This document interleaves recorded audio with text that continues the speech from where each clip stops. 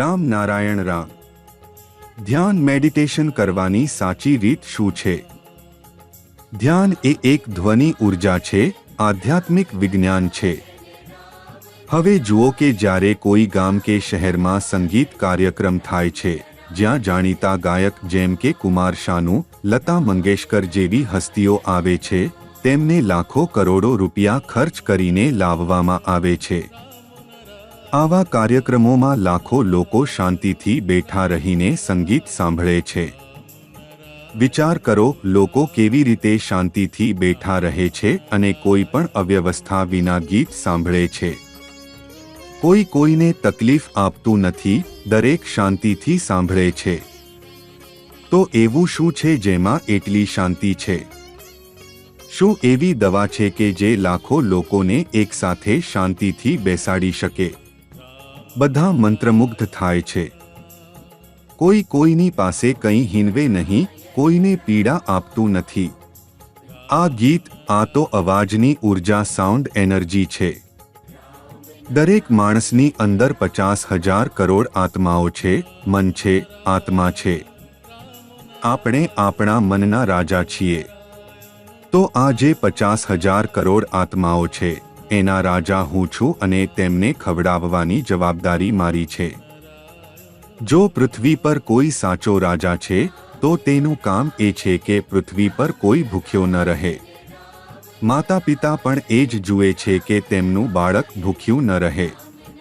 આપણે તો બધા ખાવાનું ખાઈએ છીએ, દાળ, ભાત વગેરે. પણ આપણા અંદર જે 50,000 કરોડ આત્મા, મન, સોલ છે, જો એ ભૂખ્યા રહેશે તો આપણે દુર્બળ થઈ જઈશું. એટલે જો આપણે આપણી આત્મા, ચેતના, મનને ખવડાવવાનું ન કરીએ તો એ આપણો વિનાશ કરશે. આપણને ક્યાંય શાંતિથી જીવવા નહીં દે. એટલા માટે ધ્યાન દ્વારા આપણા અંદરની આત્મા, ચેતના અને સોલને ખોરાક આપવો જરૂરી છે. ધ્યાનમાંથી ઉત્પન્ન થતી ધ્વનિ ઉર્જા આપણા આત્માના ભૂખને શમાવે છે અને આપણને ઉર્જા આપે છે.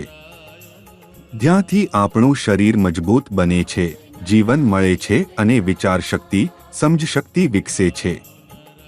ઘણા લોકો પૂછે છે, આ અવાજની ઉર્જા ક્યાંથી આવે છે? આ ઉર્જા પ્રકૃતિમાંથી આવે છે. એટલે કે પ્રકૃતિ, આ સર્જન, આકાશ અને બ્રહ્માંડ, આ બધું જ બધું છે. એ આપણને જીવન આપે છે અને આપણને કર્મ કરાવે છે.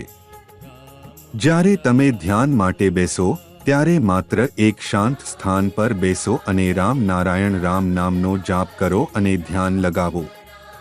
રામ નારાયણ રામ નામની સૌથી સુંદર વાત એ છે કે શરૂઆતમાં જાપ માટે જાતે યાદ કરવું પડે છે, પણ થોડી વાર પછી એ સ્વયંચાલિત થઈ જાય છે. જેમ આપણે શ્વાસ લઈએ છીએ, એ જ રીતે આ જાપ પણ મનમાં સતત ચાલુ રહે છે. ધ્યાન એક નાનકું શબ્દ છે, પણ તેનું અર્થ વિશ્લેષણ ખૂબ જ વિશાળ છે. આપણે ઘણીવાર માનીએ છીએ કે ધ્યાનનો અર્થ છે માત્ર 5 મિનિટ આંખ બંધ કરીને બેસી જવું. પણ એવું નથી. તમે ધ્યાનમાં જેટલી ઊંડાઈએ જશો, એટલા વધારે તમારું સાચું સ્વરૂપ ઓળખી શકશો. ધ્યાન દ્વારા આપણે માત્ર પોતાની ઓળખ નહીં કરી શકીએ, પણ પ્રકૃતિને પણ સમજવા લાગીએ છીએ. ધ્યાન દ્વારા તમે તમારું મન, તમારું વિવેક અને તમારું અંતરાત્મા મજબૂત કરો છો. ધ્યાન કરીને આપણે આપણા મનના ગુલામ નહીં, પણ સ્વામી બની જઈએ છીએ. ધ્યાન કદી પણ કોઈનું નુકસાન કરતું નથી. ધ્યાન તો ઈશ્વરનો એક તોહફો છે. એથી ન તો સમયનો વેડફાટ થાય છે, ન તો પૈસાનો ખર્ચ થાય છે, ન તો ઉર્જાનો ખર્ચ થાય છે. પરંતુ ધ્યાનથી તમે વધુ અને વધુ ઉર્જાવાન બનતા જાઓ છો.